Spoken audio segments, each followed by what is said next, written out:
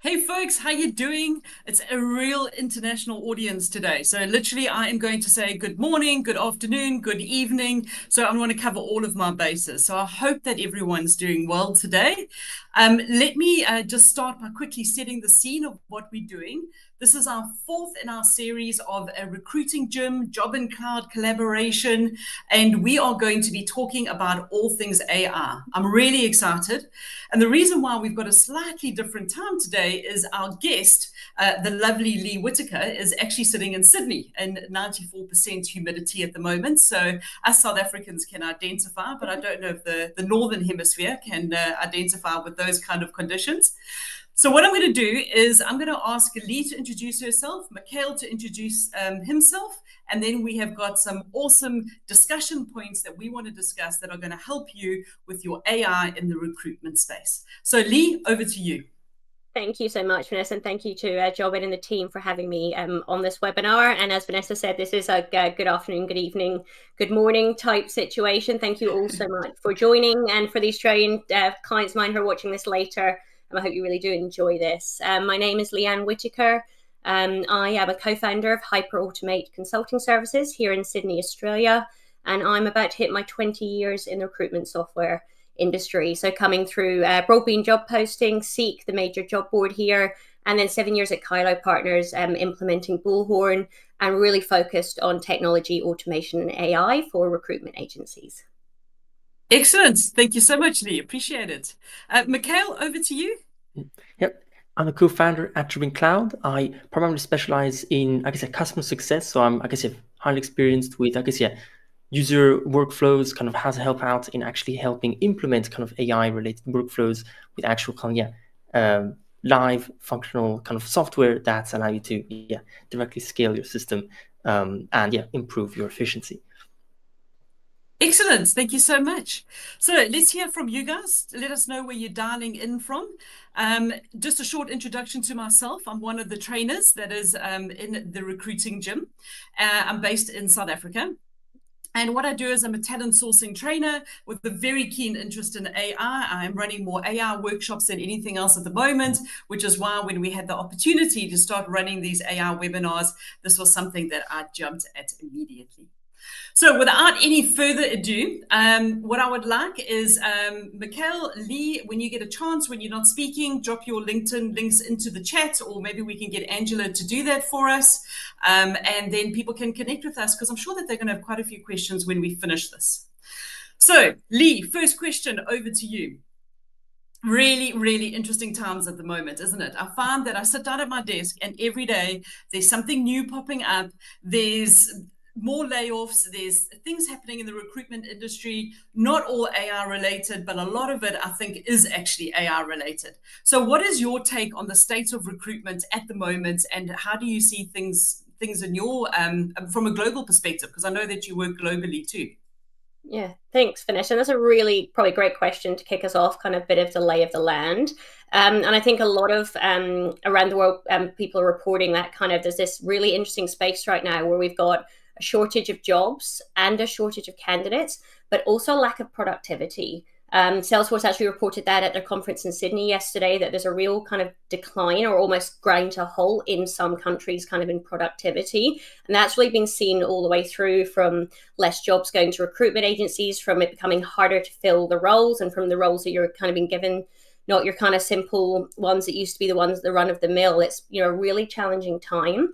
And I think, for business owners, especially recruitment agency owners, there's just so much noise out there. There's so many things going on. Just staying focused. You're working with through in all the regions, the UK, the US, here in Australia. It's so important now to actually have a plan and a strategy and be able to cut through, as you said, the noise, the news, the Substacks, the emails coming in, what's on all the recruiter dailies. Being really focused and knowing where you're going, I think is the most important way for businesses to go forward at the moment. Absolutely. And there seems to be like quite an overwhelm at the moment. People want to like get started with it, but they just actually don't know where to start. So Mikel, what are your views on the moment of the state of AI and recruitment globally? And globally, I guess pretty much everyone's kind of jumping on the bandwagon because, of course, AI hype, and I guess very interesting times to kind of say, I want to scale my business, how I actually apply that. I guess one of the potentially you could say difficulties that they end up facing is that since everyone is jumping on the bandwagon, it's then hard to distinguish between who simply integrated it as an additional chatbot assistant, which I guess, yeah, the AI is there, but you can't really say that it's really helping much. And others that instead actually implement it into the actual functionality and I guess, yeah, other features in a more solid manner. So it does become difficult to actually distinguish between, I guess, yeah, the level of AI integrations that are in the system, since I guess, yeah, naturally everyone's going to want to jump on the bandwagon saying, yes, we've got AI, but then I guess, is it actually bringing value to your workflow in a substantial way? Yeah, absolutely. And sorry, Lee, you carry on. I was just saying from exactly what Mikel said, it's that beware of shiny traps. There's so much noise out there. There's so much hype, and almost people are like, we have to tick this box. This both the technology providers and the recruitment agencies. There's so many things out there, and actually it's actually really knowing what they're really doing. This isn't a tick box situation. There's so many variances and levels and complexities in this field that it's really working your way through to do the right thing. So I absolutely agree with what Mikel's saying. 100%. So one of the things that I've been doing in 2025 is positioning myself as the conduit between all of these people, as Mikel speaks about. We've got AI, it's going to replace recruiters, it's going to do everything, including making you coffee, all of those things. And I meet with them, and I had a prime example last night. And suddenly I'm like, okay, well, where's the AI functionality? You've got this tool, it's doing what a couple of other tools are doing, but where's the AI? And I think that that's what we've got to really be aware of these days. So let's hear from you. I mean, there's a lot of confusion around, what's AI, what's automation, what's agentic AI. Let's just have a little bit of a discussion around the definitions that are out there at the moment amongst those three things. And then I want to look at, how we should be using it. So Lee, what is your take on, automation versus AI? Yeah, and I'll probably start with that larger lens. If you're on here as kind of a recruitment agency owner, there might be a point in this challenge and the journey you're going on, you don't need to be so specific about which one. Is it robot process? Is it automation? Is it agentic? It's more, what is the problem your business is trying to solve? What is it you're trying to achieve? What is the task you're trying to remove so that all your humans and your amazing people can do the things that only they can do for your business? And then using one of many of these, and I'm sure more acronyms and more language is going to come out this year, absolutely all these different things that can do it. But it is really important to also have a really high level understanding of AI, using a large language model, actually going and taking all this information it has and returning, you ask it a question, it returning an answer back to you. You may be taking that a level further, and with that information, it doing something, it running a task like a digital worker, an agentic AI, like an actual person, versus a if this and or not type. Very typical, like we probably all know from more original recruitment software. If this happens, then do this. And you usually have to build that. You have to design that workflow. You have to, for an automation, usually do actually quite a lot of heavy lifting to get it right, for it to be the right thing, unless you have some incredible tools and technology that have already got you there. So I think it's the difference between the very fixed, if this happens, do that. And you can say it and you can articulate it, and most of the systems have automation. Probably print out a document about it, into something more that's developing, advancing, it's learning, and it's then going off to carry out other tasks without you programming the if and or not language. And that's probably which is the most incredible part of the difference between the automation and AI, but also the highest risk and area where that needs a lot of challenge and a really different way to approach it for business, from testing and solution and actually putting it into the hands of your recruiters. Yep. Very, very, very good. I like that. I really like what you said at the beginning there, which I'm going to come back to. The definition that I have heard around agentic is similar to what you said. It's like having a junior intern on your team. It can think for yourself. It can almost operate to a certain degree autonomously, but you do need to keep an eye on it. Where automation is something that you can set up very, very quickly.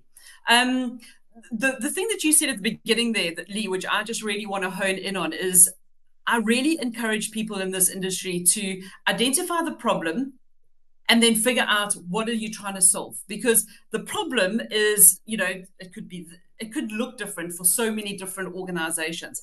The solution is using AI or automation to solve the problem. And that's, for me, is just so important, because everyone's trying to learn every single tool out there. They're trying to find a tool that does everything. There isn't a tool that does everything yet, but a lot of people don't even know why they need AI. What is the problem that they're trying to solve? And that is critical.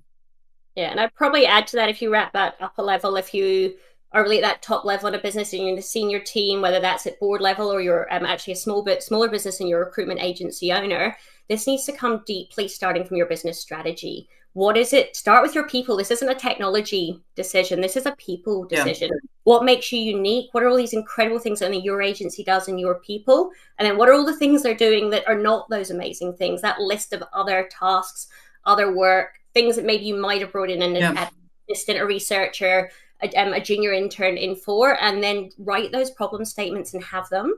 And that's what then you go out to do your research and find the problems to solve. And AI will be the answer or a combination of the answer probably to nearly all of them in some way.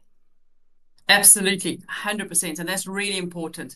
And that's what I'm finding is a lot of people coming to me and saying, we know we should be using AI, but we don't know where and we don't know how, which is really interesting. Mikel, what is your take on this? Yeah, and there is also, I guess, another thing I've noticed often in the market that specifically for where to apply AI, there are, of course, always scenarios because there's also tools, especially with the AI hype and the fact that AI can potentially partially program itself, that there's lots of systems that are kind of just purely AI. And this makes them very difficult to then actually kind of manage or operate because you're too less in control of what's actually going on. And I guess, yeah, so it is very heavily AI. It's very, I guess, yeah, modern in that sense. But there is always a balance between something that you can actually manage and make use of in a proper way, because oftentimes the AI, as you mentioned, yeah, you could say it's like a junior intern that, yeah, isn't necessarily an expert. You're going to want to be able to guide it. And the tools that end up being kind of, yeah, pure AI in too many aspects without giving you enough control or enough customization on your end, then become, I guess, yeah, have the opposite type of problem where, yes, it's all automated, but then the result isn't actually in line with what you're trying to achieve. And that then, like I said, it makes you hit a roadblock in your efficiency. Good. Now, really, really interesting. So what I want to look at next, folks, is that there's a lot of people on this call. I can see people dialing in from all over the world. So welcome, everyone. I want to just try and get down to like the tangible takeaways, because I've sit on a lot of these AI discussions and webinars, and I'm just like going straight over my head. Well, let's get down to the nitty gritty. One of the best pieces of advice that I received last year, towards the end of last year, was, Vanessa, start building a knowledge base. So everything that you're putting together, you know, like your training agendas, your types of emails, your blogs, all of those things, start building a knowledge base, because this is something that you're really going to need going forward, because that's where AI is heading. And I can see it with agentic AI. I'm going to eventually train my AI so I can spend more time on the beach. Yeah. So Lee, what should people be doing right now in order to really kind of future-proof themselves against this, and I call it a tsunami of AI that is heading our way? What is some advice that you would give? So I think if you've got the problems that you know that you need to solve for your business, the next part is to start with having a safe play. Like, obviously, you know, do a couple of things, make sure everyone in the business feels really comfortable with, and it's not a thing, you're not logging onto a AI platform. Have a range of tools your business decides so that everyone can feel comfortable, and then really see who is your AI lead, who's kind of really shining, who's getting it, who are the people who can probably champion inside your business, even a smaller business, helping you take this forward. Because you need not just that energy and passion, but you do also need a kind of a collective, especially if you're a smaller business and won't have these specific roles, of people Absolutely. Who are really, you know, and passionate about it, and they're constantly reading what's coming out from Perplexity and Claude and all these areas, and they're maybe even using it in their home lives, on their phone, in other ways outside of the business, and starting to really understand it. Because I think without having that base of kind of the differences and what it can and can't do and how it works and what guardrails you could put in, I think you need that to then go into the, okay, what are the first steps? And, you know, if you've not got your team, and even if you've chosen your business platform to be Microsoft, look at Copilot. If you've chosen your business platform to be Google, look at Gemini. Start with, you know, really simple things that are already probably in your day-to-day internal. Also, probably a much safer way to use it if you're not looking to use some of the open language models like ChatGPT and Perplexity. So get into people's day-to-day. Use the really quick things if you're not using them in, like transcripts, action minutes, summarizing your emails, all the really quick things that are already there in your business platforms. So it starts to feel quite natural, and you get that really good feeling of, oh, that could really quickly transpose to not just the simple things. I know the first kind of wave of recruitment stuff was, oh, it could write a job advert or it could do interview questions. I don't think in any way they are the biggest or even the smallest problems to solve. And our industry and all of our good recruiters probably maybe rolled their eyes at some of the first use cases that we had, but now it's actually working on which are the ones that are taking the most time. So I personally like the automatic actions and tasks and reminders. If you've had a call like this and I said, Vanessa, I'll send you this tomorrow, and it pops up, Lee, you said this to Vanessa, we can see you haven't sent it. You know, they're really simple things that can really quickly in a business speed things up, move you forward, because the other ones which are larger, even just turning on inside maybe your ATS or CRM, bringing in a new platform, that's a longer journey to have some of those tangible takeaways. So if you can get the skill of your business up quickly, you can get some ambassadors, some leads, just use it internally. That'd be a really fast initial win to get really comfortable. And in Google, Microsoft, they have, I don't know if you're a Salesforce platform with Einstein and Agentforce, you have a huge set of tools there to get you really comfortable and go, all right, that could now do this for me as a recruiter. Where's that tool? Can I acquire that tool? Does Jobin do it? Does this system, does my platform already paying for doing it? And if not, why not? I think that would be my first step, really go forward quickly. And I think that the key takeaway from that is that, you know, people need to be comfortable using it. I think that there's a lot of people still doing the ostrich and, you know, putting their head in the sand and like, you know, it's not going to affect me, so I'm not going to use it. Or if I don't go and use it, then, you know, I'm not going to lose my job. And I think that that's the most dangerous position to be in at the moment. So, Mikel, what? No, is be the other one. You know, just go and use it, have a go today, and then don't try again. It's got to become day-to-day, natural right now. Like from tomorrow, use it everywhere you can and have a play safely, because it has to feel like it's part of your pen, your hand, your cup, whatever it is, it needs to feel like that really safely. Absolutely. Another thing that I loved what you said was identify your ambassadors. Like I remember yesterday, and I got to like lunchtime and I was making lunch, and obviously, you know, my husband and I both work from home, and I said to him, I have spent all morning playing with AI and watching YouTube videos about AI, and I have learned so much. It's absolutely amazing. And I just said to him, I said, I'm so glad that I'm actually running a business where I'm super interested in this stuff, and I find it incredible because it wasn't a chore at all. Like I was amazed. I was updating my Start.me page and putting loads of new softwares on there. And I think that that's the trick, is that those ambassadors will drive it naturally for your business. Excellent. Mikel, what are your thoughts around, you know, what are some real takeaways that people can get started with to begin with? So I guess, of course, big industry to jump in. So of course, it's important to have a clear goal, as Lee also mentioned, and that's why the ambassadors can help out in making those goals more clear and kind of helping guide the team as well. Then, but of course, it's good to kind of start small, something that's more easily applicable, and that's also why I think that systems that purely base themselves on AI can make it a bit too overwhelming, because then you kind of lose too much control on things. Whereas a system, because of course, AI has its own specializations. You don't necessarily have to have AI for every specific task. It's good to use it where the AI is actually going to prove the most value. So especially for making a more seamless kind of transition into AI systems, first think, where can the AI actually improve the workflow compared to what I'm already doing? And of course, there's plenty of scenarios, like for example, Lee mentioned, to help you in setting up reminders from what you've discussed over on a meeting, to also specifically with an example of what we're doing in Jobin, is specifically analyzing and categorizing replies for you. So essentially, automatically, you don't have to, well, of course, you're still going to want to look through your inbox. We're going to have more accurate analytics as well, because, like I said, maybe you've got 20 replies, but only 5 of them actually mentioned that they scheduled a call. Another 10 mentioned that, like I said, maybe later. And all that can be automatically then sorted for you, so that you can then have essentially a nice transitional system. So you know, okay, these want to be contacted later. Maybe I already automatically set up something to send them a reminder, or these other ones actually are interested right away. I've instead sent them directly the calendar link or something. So essentially, smaller things that essentially help specialize in the smaller things can become bigger things. which is nice. Super interesting. At the moment, what I'm seeing is that people are now sitting in that position where they are like, okay, should we now start paying for this? We're now starting to use it more. We're starting to put in more prompts, those kind of things. And now we want to be a little bit smarter. We want to look at, you know, maybe projects, or we want to, create our own GPTs. And that's even an interesting space, hey, Lee? Oh, yeah. And that's, if you've got there, if you're there already or in the ways in an agency, you're probably about to leapfrog a huge portion of the industry, and probably in other industries as well. I think there's a own GBT, maybe with a base of something really smart that the others have made with your own models on top. But I think there is definitely this place now of getting yourself there quickly.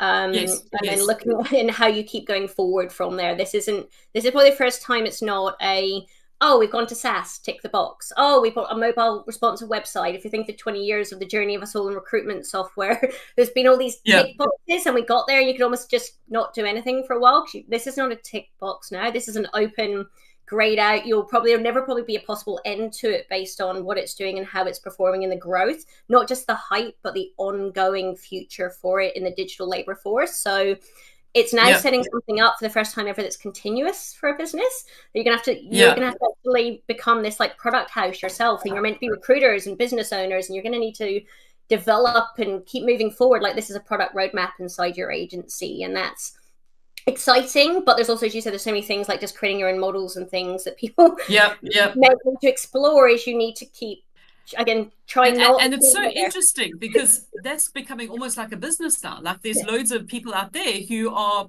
I was looking on LinkedIn yesterday, they're running their own businesses, and what they build is that they're building GPTs for people. So now that's created a new role completely, which is so interesting. And I'm sure there'll be so many more now assessing AI assessment tasks and AI testing AI and things that don't yet, or we're thinking of. And even if we thought of them, there'll be new ones coming out now. So whilst there's roles being replaced, I think there's also really exciting and incredible series of new roles that we probably can't even name yet that are going to form from this. New businesses, new business ideas, new products. And then that's a really exciting space to be in as well. Yeah. Absolutely. I think it's super exciting. We just need to learn how to adapt. The key tools that I'm seeing coming up at the moment, I saw one this morning where you drop a raw CV into a website and it pops out with a formatted CV. Literally did 45 seconds. And imagine that for an agency. I mean, that's often their biggest delay is you've got a CV, you've added all of your notes of your interview, it needs to be typed up. And now, thanks to AI, 45 seconds later, it is formatted in your format and it gets to your client, because recruitment's almost come down to a race, right? Yeah, absolutely. And there's so many in that space. And I'm sure Mikel and Mo will talk about what some of the things Jobin has, but the getting to the shortlist even faster than before. So where can you use the right tools or technologies to help, if you've got, especially if it's a role where you have had a lot of applicants, how can we get those ones? And you've always wanted to get the shortlist faster, but now where can we have one of the ones call them on the phone and ask some questions pre-screen, or pop up a chatbot, or is it something with automation? Is it an avatar? Whatever it is, which of these tools can we use, the right tools that don't introduce bias or data risk, to get us that shortlist faster? Where can we pre-qualify faster? Get all the things we need if you're in the blue-collar industry. How can we get the tickets, certificates, licenses? So we literally know these 3 people are great. They have all the right things right now. A lot of that has been manual and other products and lots of steps and checkups, that kind of compliance side. And then you've got all the other admin things, as you mentioned, document creation, formatting CVs. I'm sure if you're an executive search client, some of those candidate search summaries and those big reports and proposals you put together, there's a series now that can be taken away. You still need the human in the loop and that bit of expert you have, but maybe 80% of that can be done. And the tools for that, I think at the moment, are just, I'll say endless, because there's so many of you. I think, Vanessa, you and I can't even keep on top of them, and that's all we're trying to absolutely. No, absolutely. Mikel, what are your thoughts? Yeah, totally agree on that. In fact, lots of functionalities that can always help out in systems, and there's so many different, like I said, things that can be improved that pretty much anywhere you go, you find something that can help out in the workflow. So totally agree that definitely there's going to be revolutionary scenario of fast uptake on efficiency for multiple different tasks that we might not even know yet. Which is nice, because no one went into recruitment because they love admin, right? So brilliant. Bring on the AI to take away more of my admin. I love it. Now, I see in the chat over here, Marcel, a good friend of mine, has asked the question, and we were actually on a call yesterday talking about this, and it's something that we want to talk about on this session, navigating compliance. So, the EU AI Act came into play 1st of Feb. No one ever wants to talk about the serious stuff around AI. It's always the bright, shiny objects. But Lee, you being a certified data professional, I'd love to hear your thoughts around that, especially now when we're talking about, putting people's data into AI. What do you think? And I'll start probably with, and I said to Vanessa, this the Australia, UK GDPR, the EU for the European clients, and probably the US has some others. So there's probably a similar theme across all of them. Now, then there is some nuances. And so if you want the details, definitely go in and look them up. But for me, it starts with a little bit of probably a wider lens of just doing the right thing. So really thinking as you, if whether you're the person building it, whether you're the person using it, whether you're internally in the stuff and you're the one designing this AI or this amazing agentic AI that's going to take you steps further, just think at the start about doing the right thing. If you're putting someone's CV in there, has it got their name and phone and email and address, or their passport or their ticket, or their, like, you know, is it personal data? Is it sensitive data? Is it things, if it was yours, you would not want to go into one of these tools? And if you start with that little bit of, I'm doing the right thing, and what I'm about to do with AI has a purpose, that then really takes you nicely into the, okay, there's a real compliance piece for businesses. And this has to be a balance between not slowing down, using the tools and the growth of these tools. I think there's always that risk that if you go too far, and probably like when GDPR came out, you could then not go anywhere, either through fear or through taking it too much a level to test. And also because it's such a changing place. But for me, it's think about especially if you're in the UK and Europe, you've already had to go through the entire GDPR journey of thinking which about was huge. What are you collecting? Why are you collecting it? Whose data do you have? How long are you keeping it? Why are you storing it? Are you storing it safely and securely? Those things all really apply to AI. But what you need to add on top of that is, what are you doing to safeguard it in AI? So this isn't just multi-factor authentication, the things you might have done before with your database or maybe cleaning up data. You now need to think for each of these tools, how am I giving it a scope? You can do this, which means you definitely can't do that with this. And we're helping detect it. And then you do need to test it. You need to take it like a product roadmap through a cycle to ensure you're compliant and you're not introducing bias. And I know in the UK, the government's done some incredible things to test the technology and ensure bias isn't coming in. I'm sure some of the other markets, I'm hoping here in Australia, similar things come out, because there's, with all your best intent and the compliance, there's also a, have I accidentally introduced something I wasn't expecting, like in bias into the process as well. So I think going through those steps, you know, that you've thought about what it is, what we're sharing, how we're storing it, what we're doing. And then you do go through that test cycle, and you do absolutely, and certainly to start with, and for, I don't even know, an amount of time, there has to be humans in the loop along the way.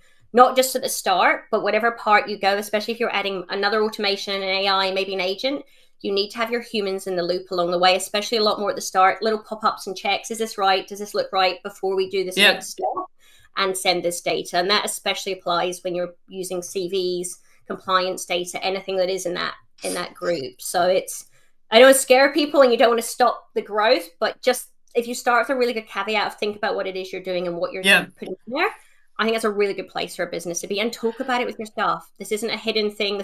Don't make everyone sad from talking about it.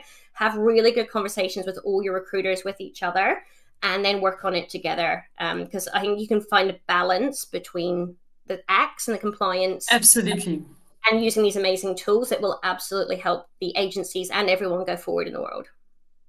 100%. And I think two things that you said there was, you know, like, go with your gut. You know, would you like your information put into, you know, a chat GPT or something? And then the second thing is to, you know, talk about it, but also just treat it as you would your GDPR or your POPI or whatever it is in your part of the world. And, you know, you should be fine. Again, interesting discussion with Marcel yesterday, talking about how people, you know, in the EU now need to have a certification in order to be able to use these things successfully. But again, are people doing this? Mikel, how you like ring fencing jobbing around this? Yeah, and in that fitting case, in and behaving yourselves. Yeah, in that case, it's quite actually, I'd say, because we could quite the.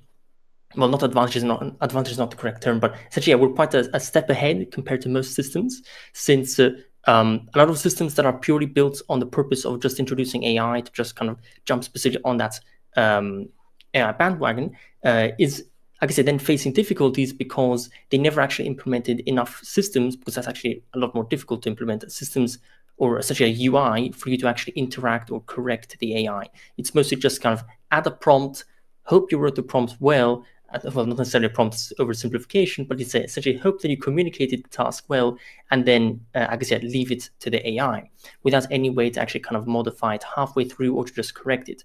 Whereas in the case of Recruitment Cloud, what we've done is, we've been around even before, I guess, the AI hype kind of grew there. So of course, the AI has been integrated into the already existing systems, into the already existing UI that the recruiter can use, and it's instead directly just scaling up what you can do.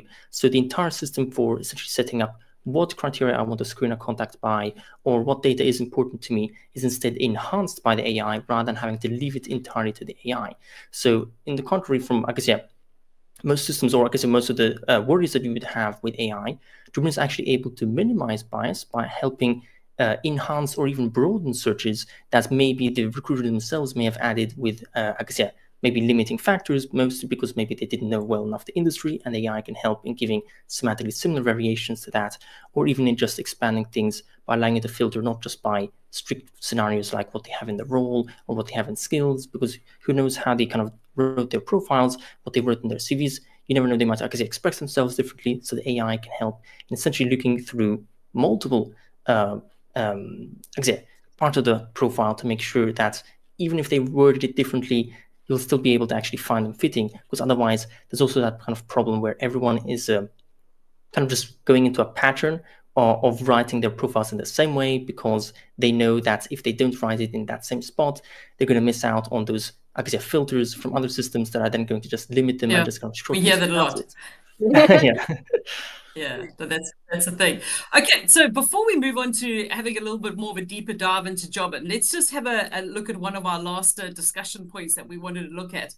And that was, adaptability, because this is a big word that is going to have to apply to a lot of people who've been in the industry for a long time, internal TA folk, sitting in management positions, recruitment agency owners. Lee, I heard something really interesting. Part of my learnings yesterday morning was how recruiters in the future will be recruiting agents. So your recruiter's job will be go out to find a digital agent in order to bring onto the team, in order to be able to assist with that problem that you were trying to solve on your team. And then I was kind of like, well, that's so weird, because most recruiters go into recruitment because you want to make people's lives better, find them better jobs, get them better salaries. But now you're not doing that anymore. You are going out there to recruit. Sure, you're going out there to recruit agents, not human beings, to join the team. And that just for me was such I had to sit down and really think about that. So Lee, from your perspective, how do we stay more adaptable and agile, because I think this year is going to be a big one for us in the AI space? Yeah, and I'll say over the 20 years, and this gets said a lot, because recruiters don't like change, which I don't know why we've made a special breed of people in this industry where apparently we don't like. I think no one likes change. I think if you actually look it up, humans I don't like change. We're not meant to like change of any kind. And so if we just put that to one side, then we have to almost just restart. The adaptability has to come starting from before you can get to recruiters recruiting agents. That kind of, how do we just get everyone in that process on the way to just be okay with all these things and using them and changing. And I think actually in our home lives outside of recruitment, maybe the software we use in recruitment, we are actually more adaptable. New software comes into our microwaves, our washing machines, our phones every day. There's so many updates to Android, and we just roll with it. We occasionally are like, oh, that's a bit different. I don't like the new way they're doing emojis on my iPhone, but I don't stop, throw my phone out the window and I can't move on. And I think actually if we in a recruitment business now start bringing more of that adaptability and like it's just day to day and normal, that with each of these steps, when you go, okay, we've used some of the software, now we're going to build some agents. Actually, incredibly, at some of the conferences I've seen, people now have got whole teams of workers. So, as a recruiter, you can actually go, I'm going to write this really good marketing material. I'm going to go to my marketing person, Will. Actually, he's not a marketing person, Will. He's a great agent I'm going to use to help me inside my business we've built. And my HR person, maybe my compliance person. And lots of these are agents with maybe a small human in the loop. And I'm going to use those on top of finding someone to help these agents to help my job. But I still fundamentally believe that we are people, we connect with people. Our whole role in the recruitment industry is to help people have better lives and better jobs as part of that. And that human piece of the final connection of putting the right person with the right client to have that role, I believe will still stay. But everything else in the recruiter life is going to have changed, and hiring digital staff is absolutely going to become part of that, and working with your business to have those digital staff to make you really powerful. So that's where I kind of see, I think, super interesting. Yeah, so interesting. Right, Mikel, you can share any thoughts that you have around us recruiters hiring agents. And also, if you want to jump into jobbing and show us what you guys have been up to in the background. I think Lee and I could sit and talk about this for the next 3.5 days, but it's fascinating. Mikel, let's have a look at jobbing over here. And while you do that, we just got a question come in that says, will this mean that AI will force us within recruitment to have new and more job descriptions within our teams? I would say absolutely. Yeah, that's a given. It's already happening. I mean, we went through a stage in the last decade of the recruitment process being divided up into talent sourcing, and then the recruitment piece and administration and sales development, business development already. So yeah, it's all going to be very different. Yeah, so you could even say it's a bit of a double-edged sword in a sense, because by improving efficiency, that increases then what you're expected to be able to actually maintain on and work on. So and deliver. And deliver, exactly. So what you used to usually, I guess, work on maybe only a couple of jobs. Now, since they say, yeah, you can scale that, you're going to need to be working on more jobs. And that's exactly the reasoning why they say that if you're not jumping on to the, I guess, the utilizing AI and integrating that into your workflow, you're going to be missing out or even, say, losing your job, not necessarily in a direct way that the AI agent replaces you, but because those that are using the AI agents to be more efficient and perform more, I guess, fill more jobs will be the ones replacing you because you're not able to, I guess, fill the jobs fast enough. So it's more of a, I guess, not directly the AI doing it, but I say the other ones that are integrating the AI that are doing it. So it's still humans technically that are taking your job, but and an agent doesn't get a cold or flu, doesn't need annual leave, can work 24/7. Then I guess on that note, let me actually share my screen here and give you some more overview of Recruitment Cloud. So for anyone that's been there for the earlier sessions in the Recruiting Gym Revolutionizing AI series, you've probably already seen this a few times, but there's always some new information that I wanted to cover. But just to kind of quickly recap on essentially how the AI can enhance, broaden searches, maybe reduce bias and so on. I'm going to quickly repeat some of the aspects that I've already kind of covered in some past scenarios, where also Recruitment Cloud shines specifically compared to other systems because we have, let's say, the interface built around an actual human readable interface. So rather than having to kind of set up a job and then say find similar contacts, I'm going to actually do just that. So let's say I'm going to select some random profiles that I've got here as example. And when I then pick a option to say find similar, directly when I'm setting this up, I'm not going to now have, okay, here's the similar results and that's it. Of course, I'm going to see the results. So I can then see the results loading in and I can say, okay, here's the most similar compared to these profiles that I've loaded in. But I'm not left in the dark either, because I've got the actual UI telling me what is it actually filtering for. And I think I'm having some internet slowdowns here, but yeah, exactly what is it filtering for? So I guess from untrained eye, this might look very confusing, of course. That's a lot of information. Where do I start? But the advantage here is that you actually can correct or even maintain or understand what is actually going on. What is it filtering by? What is it giving, I guess, a bonus in the screening order. So all these filters are being ranked, compared with each other, and actually allowing you to focus or prioritize certain aspects about the profile based on, I guess, the reference contacts that you've picked. And of course, you're going to want to be able to correct that in case it got something wrong, or maybe it's just diverting into something that you, I guess, aren't interested in. So you can, by having an actual interface that allows you to maintain and correct that, not only are you able to actually understand what's going on and prevent any unnecessary bias, but you can also ensure the actual accuracy of what's going on and ensure that you're, I guess, always remaining relevant. There's also lots of, I guess, bonus types functionalities in the sense that I can further correct the filters, so I can remove anything that I'm not interested in, or I can expand upon anything that I want to go more in detail on. Say, for example, I want that, let's say, regional recruiting manager is something I'm interested in, and I want to find more things similar to that in a role. So rather than having to focus specifically on those specific wordings, I can actually use AI once again to press find similar, the links down here for reference. And this is going to generate other similar variations to regional recruiting manager, like direct hiring coordinator, area talent acquisition specialist, zone recruitment, regional. But this could really expand your sourcing pool, hey, Mikel. This could, you could find one type of profile and say, okay, find someone with a similar skill or similar qualification or. something like that. Exactly, yeah. So you could say that even on the completely on the contrary, the AI is actually, what this in this scenario is helping you reduce bias by helping you very extensively expand that search in an actual human readable fashion. So you're not just left wondering what's going on. And of course, you can always correct it. So let's say, for example, if regional headhunter is not something that I want to add in my filter, I can always just remove that, or I can even change score multipliers so I can clarify what is more important or what is less important based on what I'm searching for. Then, of course, to make the interface more aesthetically pleasant, you can also directly embed all this screening framework directly into one of the job pipelines that you're setting up. So essentially, just as mentioned, that you can work on more jobs at the same time. In Drupal, you can set up these jobs, and you can directly set up on those jobs, either attach the job description and have the AI directly read the job description. I have this example here where I added a job description for this PHP developer position, for example. And then where does it go and search for you, Mikel? So while you go and make a cup of coffee, where is it going to look for candidates? Exactly. So in Drupal's case, due to the complexity of the filter at the moment, or say the vast extensiveness of the ranking and functionality, right now we're partially limited to what's in your repository already. So essentially, it's going to be screening everything in your contacts list. But there's also, to an extent, you could say it's also good since it allows you to maintain and focus on the contacts that have expressly, you've expressly stayed in touch with and that you're already kind of talking with.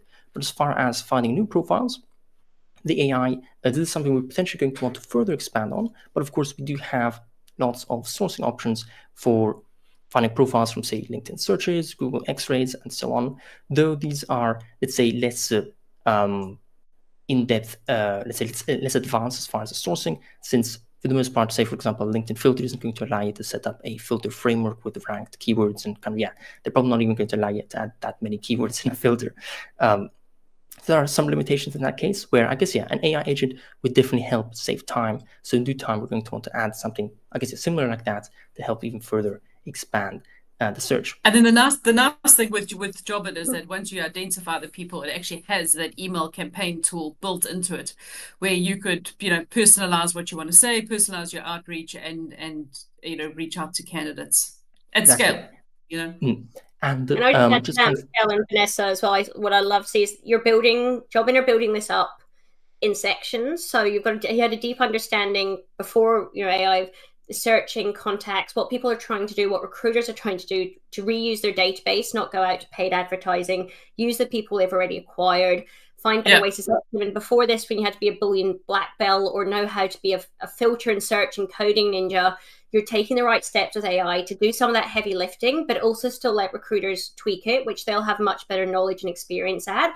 And if that becomes consistent, I love the idea, Mikel, talking about then taking it to an agent, but not going from no information, no knowledge, no problem to solve, and no information about the recruiter and what you're trying to do before you just go straight to the final step of this all just happens automatically, which then no one trusts, which is where what's happened when automation first became a really big hype prior to AI. No one trusted it because they didn't know how it worked. So I love this. And I know for some people on the call, if you haven't been on the jobbing journey, it might look, like there's a lot of information here, but it's the right information when you're on this journey to filter and learn, and at that point of trust, then take it to the next step. So I've really enjoyed seeing that transition through the product. 100%. And then, sorry, just one more thing is what I like about this is that going into your database is great because often I refer to people's databases as a graveyard. So Mikel, that's a thumbs up for you guys. Carry on. Glad to hear. And there's also I'd say more for lack of a better term, let's say aesthetically pleasing variant to the system because Drupal is designed to work in teams. So of course, as Lee also mentioned, there's probably going to be one ambassador, one expert, and the rest might not be as on top of the AI kind of features and kind of not so open to change. So to facilitate that, we have kind of a setup where the screening framework for directly the jobs you're working on can directly be applied into a job pipeline for, the task you're filling, and it's going to be essentially embedded and then kind of more clean. So rather than having it all here in the filter, which makes it easier to modify as well, but for a more simpler interface, what I can also do is I'll just reset the filter here, simply select the pipeline for the role I'm trying to hire, and assuming that the Ambassador has already set everything up for me, they'll have directly built the framework very quickly using AI features to either scan the job description or to use a reference contact that they want to use as the, I guess, kind of highlight. But all it takes is to combine and set what type of, I guess, framework you want. And anyone then, even the less experienced ones, simply select which job they need to find. And Drupal then actually tells you with a more visual representation how fitting the contacts are based on those frameworks. And since all those keywords are being ranked and scored with the score multipliers, you can have a visual representation of those fitting indexes, essentially, who is more fitting, who's less fitting. And you have, I guess, more flexibility in the filter because you're not limiting yourself to kind of few arbitrary filters. You can add a large range of them. And of course, if they happen to match a wider amount of those desirable keywords, they're going to be higher in that fitting index percentage, whereas those that even just met a few, they'll still be able to be considered fitting. But of course, they're going to have this different score variation, so you can still tell them apart. And an additional kind of bonus to that, or at least one reason that kind of an actual practical reason says, okay, how is this actually, like, how can I be sure that it's actually kind of finding the information I need?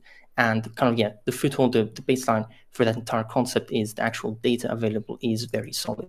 So in fact, all the information like summaries, skills, education histories, entire career experiences, and all that is directly filterable by the system. So essentially all that information, even descriptions that you would normally have to always manually read, that's also being added into that framework. You can also actively filter for specifically what they mentioned working on in their current role or in their past roles. So you can actually take into account pretty much everything you want and in an actual accurate way, scalably filter and rank those contacts automatically, extensively, rather than just limiting yourself to fewer fields. Nice, Mikel. No, it's a nice feature. And to actually showcase some of the newer features, since we've actually covered these on our past sessions as well, are the newer features that, once again, kind of help save time without adding unnecessary complexity, and also kind of helps in just the overall workflow that we've added is a automated reply identification system. Essentially, as Vanessa already kind of quickly insinuated, in Drupal, another nice aspect to help streamline the workflow is that all the contacts, besides helping in screening and sourcing, you can also automatically reach out with automated multi-channel systems. So we can send out email campaigns, invitation campaigns, follow-ups, emails, and all that, and they can send out automatically for you to help save time with reminders and follow-up campaigns and so on. But of course, once that was a really nice feature when you chatted to me about it. So you can have almost like a yes/no option. So if they respond negatively or positively, this is the response. It's really intuitive. Exactly. So there's both built-in defaults, so you don't have to set anything up, and you already have the advantages for the system. But just to kind of give a quick sneak peek of kind of how it functions and how you can very easily customize it to match your needs. I've got a couple. I'm actually going to create a brand new sequence here. I'm going to create a bigger one just for sample here. Essentially, this is mostly just to kind of showcase some of the more advantages with Drupal. So essentially, since there's all that data available, you can have a sequence that is, very broad. In fact, the template name here is all-in-one sequence, which in fact has multiple conditions for different types of outreach channels to make use of. For example, are they first connections? True, then send a series of direct messages. Do they have an email? True, then send a series of emails. Do they have an open profile? Send a free email. If they have neither of the three, send an invite. If they're pending, then try using, say, a paid email from Recruiter or paid email from Sales Navigator, or, an entire series of all the actions you want to run. And you can add trackers and, lots of customization. But this is a bit, let's say, less AI-centric in this case, so it's kind of staying focused on the AI features. For this entire sequence, which is, standard automation to help save time, what Drupal Cloud actually integrates AI into in a seamless fashion is a reply identification system. So once someone actually responds to those sequences, which is the end goal of, what you're launching the sequence for, I'm going to want to have those people engage with me, you can have and customize what you want to do with those replies. This default setup kind of helps them identify if they're interested, not interested, interested later, or in case the reply is inconclusive. And you can add trigger actions or kind of automate actions based on them. So of course, I can say if they actually mention being interested, I'm going to want to, for example, tag them as call as soon as possible. So I can easily kind of keep them in mind, and I don't have to manually. Good way to sort your data. Yeah. Exactly, yeah. And if you want to bring things even further, you can potentially even automate a follow-up sequence. So I can say if they actually expressed interest, directly send them a follow-up, launch a sequence that sends them, say, a calendar link or, some kind of call to action to kind of further continue the conversation. And that helps me further save time since I don't have to manually set those up. But just to showcase the simplicity on how easily you can customize this, and since this is AI based, that's why it's, I guess, very simple also to set up. You can directly create your own types of identifications for what you wanted to identify. So if I were to add a new identification here, I'm essentially kind of just filling in the sentence. So if the reply is, and I could say asking for more details, for example. There I go, typo. Asking for more details, then, and essentially that's it. I'm essentially just filling in a sentence of what I wanted to do, and I then simply specify what to do if it happens. So if the reply is asking for more details, then what should it do? And I can say either tag them in a certain way, move them to certain stages in my workflow, or directly launch another sequence to give them the more details that they're asking for. And on a more, like I say, human-controlled fashion, or at least if you want to directly read the messages yourself and just, I guess, still run the standard replies, there's also a kind of draft auto-reply compiler thing, for lack of a better term. Essentially, there's a built-in messaging timeline at your disposal for all conversations and what's going on, so you can easily keep track of what interactions you've had.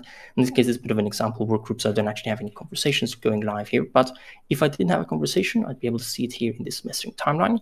And there's a dedicated full screen view for this timeline where I can directly write the messages. And if there were a conversation actively running. So much on offer here. Hey? What do you think? I think, and what Mikel was just showing there is great. That's that bit of the human in the loop, that if you're not at that point to fully take it to the next automation or AI, and that could be, or any of whichever solution you're using, having it go really far, but then have it draft the email, check you're happy with it, then hit the send button. But it's done all the heavy lifting. It's run the workflow, it's checked the job, it's used the filter, it's matched your contact, it knows Lee's and said, I'm interested in this role, and it's instantly done something from it. But the instant bit might be the draft email, it might be actually then you make that call, but it's got those steps and safeguards along the way. And I think that's where, again, with the technology in there, it is making more complexity, but it's adding all the right things. So you've got full automation AI in different steps, like writing the emails. There's some different great emails that Jobbing can write with different tones and jokes, but also there's the parts where it can stop, pop a draft, just change a status in the system that you then take human in the loop action. So I think it's really great. There is a lot here, but this is where it's going. Jobbing's quite far ahead in some of this journey. Other technologies right at the start. And it's just becoming really comfortable with all these things. So I'm really excited to keep seeing the progress. It's progressed since Mikel showed me 2 weeks ago. And that's how far it's going. So interesting. The nice thing, or the important thing, I would say also the main thing that kind of sets Driven apart is that, it's always a human that remains in control. And that is technically, at least from a development standpoint, relatively difficult to do, because how do you actually translate what the AI is doing into a human readable fashion? Most people just skip on that because it's too complicated. And like that, they kind of just have interfaces where it's magic happens, but you can't really control what's going on. So in our scenario, we built it from the ground up from a interface perspective. So you always remain, like I said, in control of what's going on and can easily customize and adapt and correct any kind of AI automated aspects in case they tend to deviate from what you're looking for, or in case they're introducing biases that you may not have been aware of if it were all magically happening behind the scenes. Very good point. Thank you, Mikel. Thank you. Excellent, guys. Well, we're coming up to time now, so I'd love to, Lee, get some just closing statement from yourself about AI for recruiters. Any parting words of wisdom? Yeah, I mean, obviously we've just scratched the surface here. So I think the biggest piece is start now diving in, using your internal tools, get on this journey, look at the right webinars. There's a lot out there, so pick the right things that are important to your business and your role. Not all the things out there, or you will become overwhelmed. Just lots of forums and collabs. Find a group of people and your AI ambassadors that you want to talk about this with, and start going forward from tomorrow. There's actual things everyone can do. And I think, where it said to Vanessa and Mikel and Amanda, we're going to come up with some things to share, some instant action points that people can start taking off the back of this webinar to move forward. It's really exciting. It is the first time that this is now an ongoing piece that will continue, not a tick and set and forget. And so we're all learning as an entire industry every day. And I think everyone being okay and accepting of that and excited about it and working together collaboratively, I think that's really important. So some great things. Everyone's doing amazing stuff. There are some shiny traps out there. So again, back to where we started, knowing what your biggest problems are to solve or what will keep you on the right path. and doing the right thing with purpose. And if you can do that, I think everyone from this call will be in a great place. But I am very aware it is also really exciting. So it's very easy to look at all these tools and go forward. So this will keep moving forward every single day. Yep. I'm really hoping some people who've been on this today have really taken some things away they can action in their business. Awesome. Absolutely. So I see Angela shared over here. This is my Start.me page of tried and tested AI tools. So I'll put a link into the chats around that. Lee, thank you very much for joining us. Your words of wisdom have been great. Mikel, any closing statements that you'd like to leave with us? I'd say, yeah, we've nicely covered pretty much, all the general, like I said, things to keep an eye out for AI. But at the end of the day, what's most important is knowing, okay, great, listening to the talk. How do I actually action what has been covered? How do I actually then improve my workflow rather than just listening to, like I said, inspirational messages essentially. So like this, it's nice to kind of introduce actual, practical, actionable solutions to help actually, provide a solution to what we're talking about, as opposed to just, discussing. Absolutely. And it can be overwhelming. And, I mean, no one's an expert. I mean, I always laugh when I go and present at these conferences and there's a subject matter expert, who's going to be talking about AI. And I'm like, oh, that's really interesting because it changes every hour. How do you pitch yourself as being the subject matter expert? So I refer to myself as the SME, the subject matter enthusiast, because I am enthusiastic about it. But I don't know everything, and I don't know anyone who does. Everyone's coming at it from different angles.